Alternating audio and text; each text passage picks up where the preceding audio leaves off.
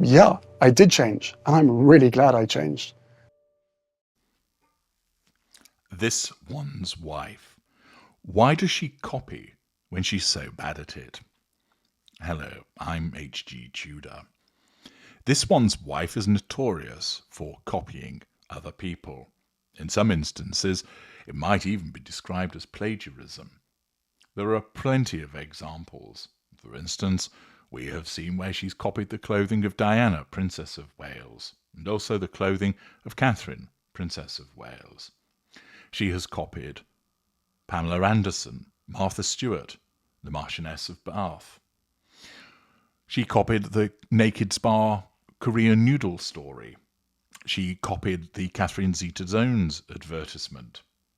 We know that she's copied Highgrove, the King's company, whereby it sells a number of products, including jam, and she's come along and decided that she would have a similar lifestyle brand selling spread. And yet, with all of these things where she copies, she invariably messes it up. For instance, the clothing that she wears, not only do people see that she's copying, but she invariably wears the clothing in a way that looked fantastic on Diana or Catherine and doesn't look anywhere near as good on her, as a consequence of her failure to wear clothing that actually fits her, and, as I've explained to you before, owing to her somatic narcissism, when she looks in the mirror, she thinks she looks fantastic as a consequence of the delusion that's created by her narcissism. Her tales about the Korean noodles and the climbing out of the back of the car came when many people had become accustomed to her pinching the ideas of other people and telling lies, and therefore she is outed with regard to these further exposures. Similarly, when her With Love Meghan program came along and the lifestyle brand, many people looked to see what it would emulate and found that there were tremendous similarities between what Pamela Anderson had done and also the Marchioness of Bath, with a measure of Martha Stewart thrown in also. Naturally, you're always going to find some similarities involving cooking programs, for example, because, duh, they'll all involve cooking. But the presentation, the manner of it, the similarities there were notable. In respect of Highgrove, it has a range of products, honey, jam, etc. And lo and behold, what is it that this one's wife settles upon? Selling spread. But it's a raspberry goo, a sludge, soylent red, that many people have described as too sweet and not particularly pleasant, and something that you wouldn't really want to utilise as a jam or a preserve because it doesn't have the right consistency. Once again, she fails. This, therefore, raises the question as to, given the fact that she's not very good at it, why does she keep on doing it? Well, to answer this question, we need to break it down into two parts. Why does she copy, and why does she do so when she's so bad at it? The first aspect, why does she copy? This is because there is nothing there. As I had explained on many occasions, and South Park represented it in their piss take of Harry and this one's wife, she is empty on the inside. There is nothing there. Unlike certain narcissists, she's devoid of humour, natural talent, natural ability, and charisma.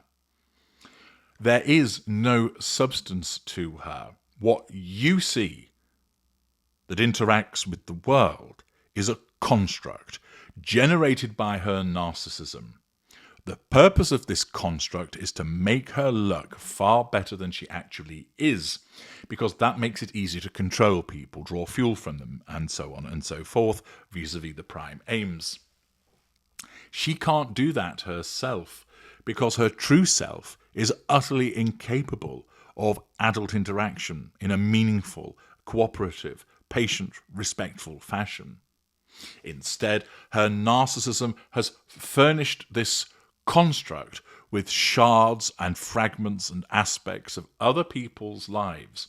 And therefore, in order to create somebody, somebody that seems interesting, that seems fun, that seems kind.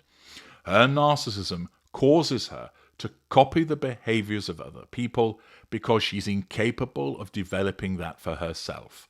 She has no consistency of behavior. She has no stable core. Her narcissism simply borrows from elsewhere because that's the way that she has developed. Indeed, given her sense of entitlement, lack of boundary recognition, and absence of accountability, she has no problem in subconsciously taking from others. Thus, she copies because she is empty. She copies because she has to create an image, because that image is needed to pursue the prime aims. She has to copy because she doesn't have the intrinsic tools herself. Now, you might think to yourself, well, if you were really good at copying other people and perhaps doing it even better than they have, you become even better than the real thing, that you pass off what they're doing and improve upon it so that people may think, well, it's a bit similar to what that person has done, but she's done it even better. You're more likely to get away with it. Similarly, if she was able to do it in a cleverer way, she could create plausible deniability, so it wouldn't look so obvious that she has copied somebody. However, she hasn't and she doesn't, which then raises the question, okay, I now understand why you copy, courtesy of HG Tudor's explanation, but you're not very good at it, so why do you keep on doing it? Surely you must realise that you're shit at this copying game. The short answer is, she doesn't.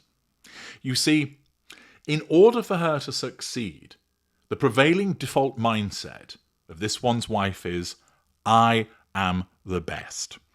I am the best mother, the best lover, the best wife, the best friend, the best daughter. I am the best at sewing. I am the best at acting. I am the best in bed. I am the most hilarious comedian. I am the best purveyor of raspberry spread. I am the best giver of speeches. That is the default setting, because it has to be that way for her to maintain an innate superiority. Because by believing that she's best at everything and better than everybody else, that means it's easier to control everybody else, because inherently they are inferior to her. So if she's the best and they are less so, that means they ought to fall in line, and it assists with the concept of being the controller. I'm the best, so people should worship me, i.e., that means that they're under control. I'm the best, so people will want to buy my products, i.e., they're under control. I'm the best, so that person wants to go to bed with me, i.e., they show they're under control. So this creation of the idea of superiority on her part, by believing that she's the best at everything, even though it's a complete fallacy, is necessary to enable her to execute the assertion of control in the pursuit of the other prime aims with effectiveness.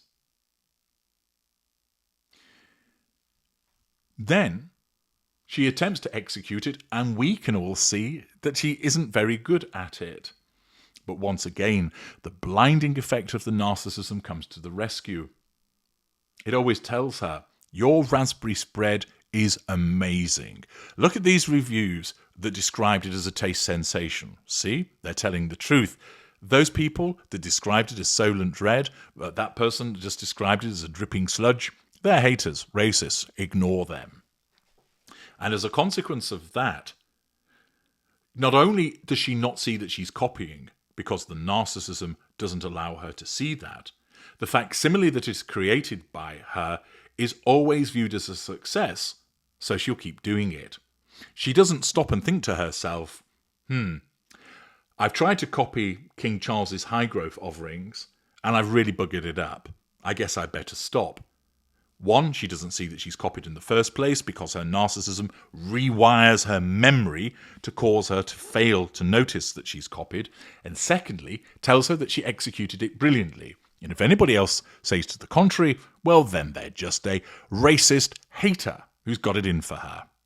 Accordingly, she copies because of the necessity of doing so to pursue the prime aims and because she's empty on the inside. And she continues to do so when she's so bad at it because her narcissism doesn't allow her to see that she's bad at it and tells her that she's brilliant at it. Once again, by understanding her narcissism, it answers the questions that you have about this one's wife. I'm HG Tudor. Thank you for listening.